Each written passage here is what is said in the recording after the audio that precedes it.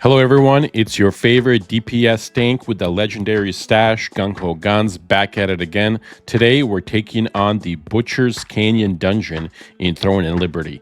I'll be giving you the full guide on how to conquer every fight and make it out alive so you never have to suffer the shame of another embarrassing death.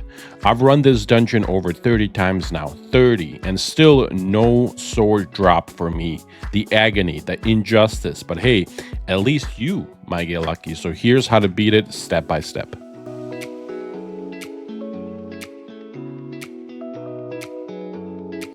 All right, we're just going to jump into it right away. So the very first guy that you fight, the administrator, this guy is actually a really nice fight to kind of get your teeth wet, if you know what I mean. So again, super easy fight. I don't want you to worry about that, but there's a little mechanic that is going to be in going forward on all the bosses. He actually gives you like a little glimpse of it.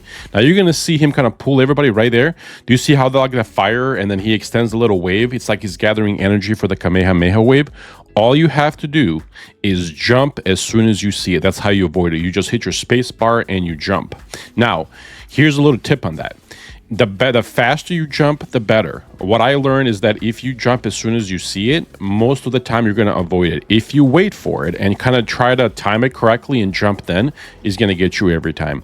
So as soon as you see him kind of gathering it, just jump up and you'll be fine. Let's move on to the next boss. Really quick for you tanks out there and you shield guys.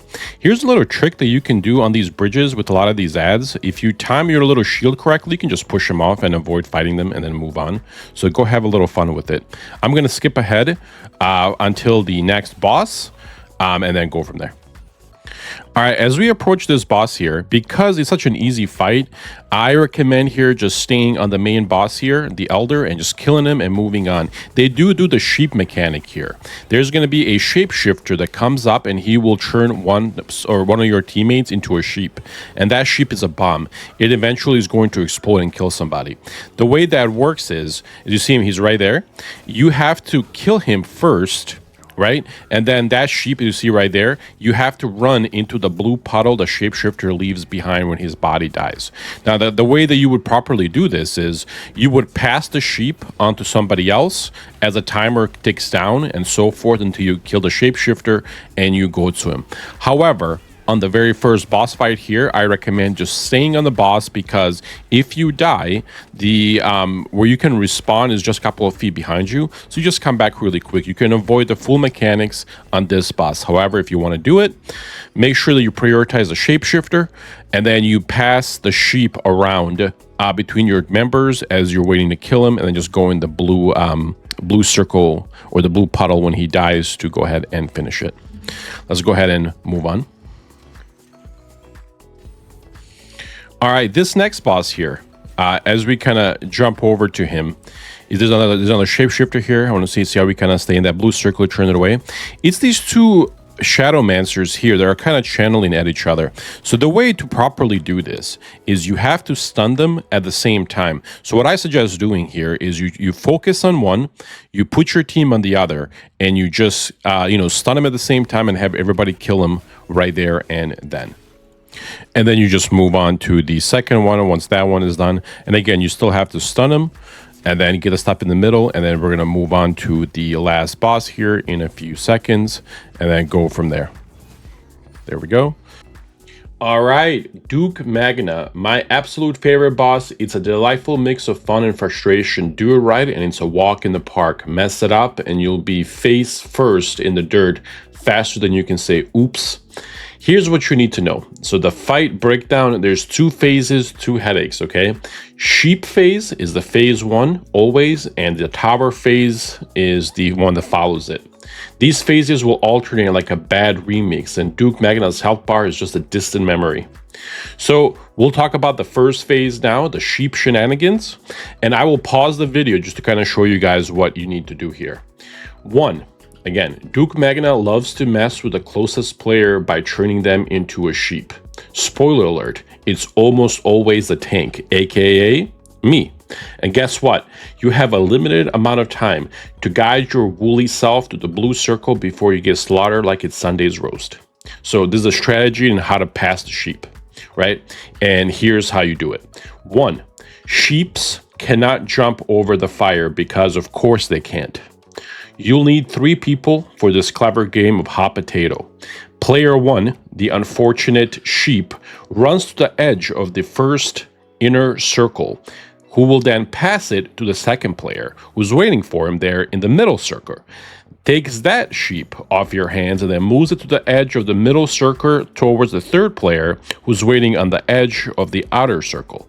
Then the third player who's waiting grabs the sheep from him and sprints to the blue circle like it's the fourth quarter touchdown.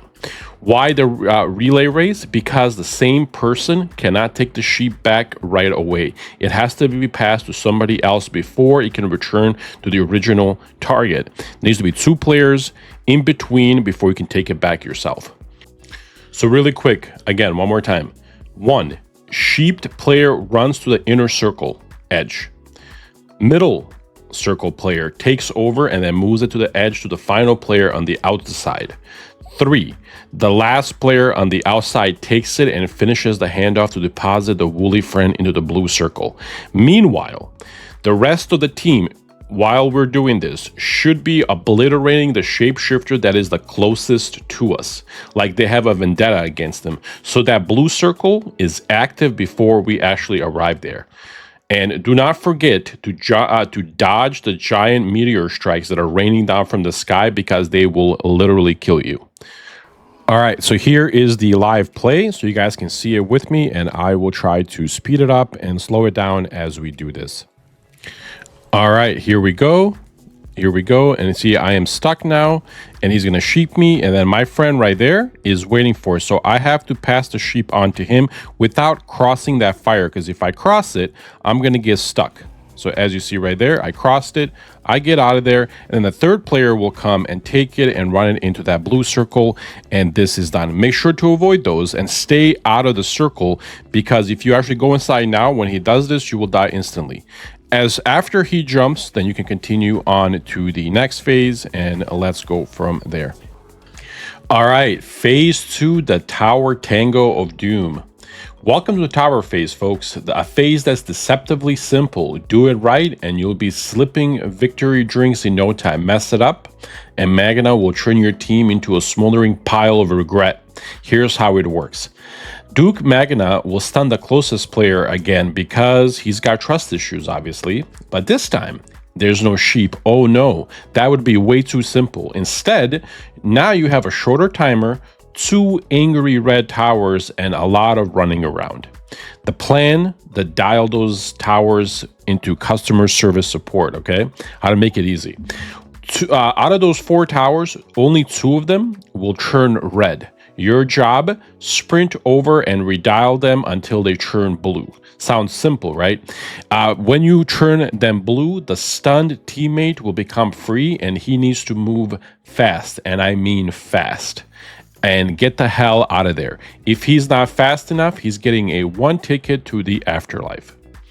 Once they're freed, again, I recommend that you turn into your mount form and run out of there ASAP. Here's a pro strat that my team and I do, and this is why I suggest you guys doing as well.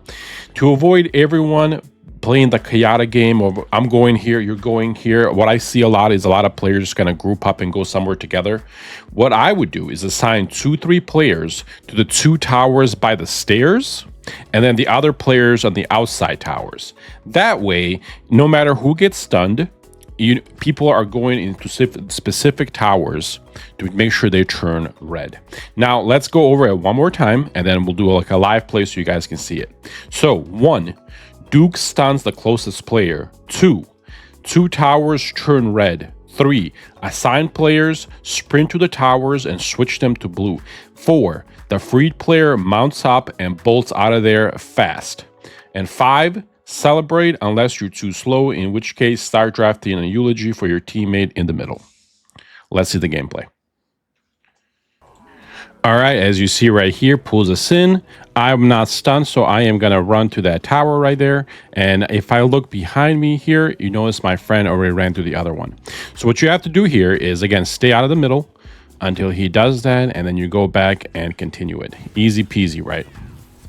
Last two things really quick is the first one is going to be to avoid the meteors throughout the fight. As you see, he's going to drop him under our feet. You have enough time to walk out of it and then just go back and continue.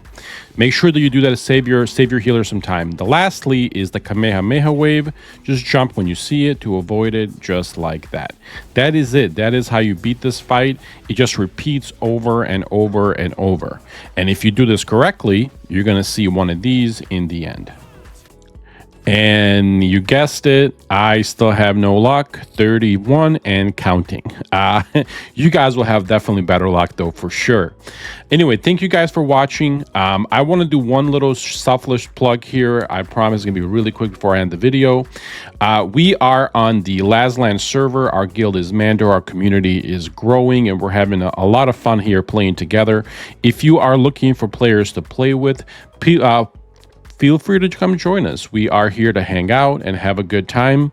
We are trying to grow our community and make sure that our server is always active and fair. Thank you guys again for watching. I really hope you have a great weekend, and I'll see you in the next one.